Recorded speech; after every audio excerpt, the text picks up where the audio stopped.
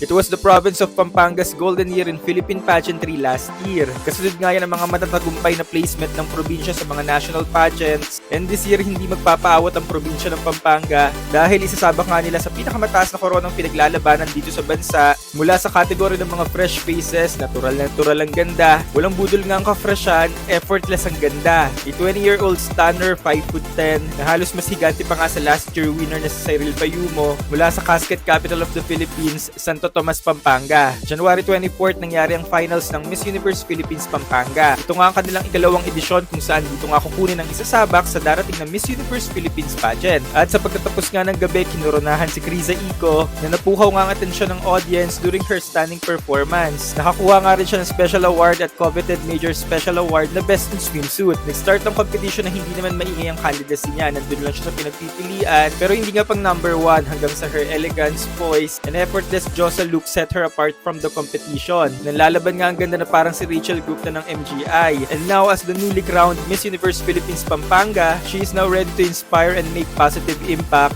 So stay tuned and let's see how she continues to shine. At may pagpapatuloy niya bang placement streak ng Pampanga, ang nasementong status ni Cyril at ang such factor nga ng probinsya ng Pampanga sa national stage. Abangan natin yan sa MUPH 2025.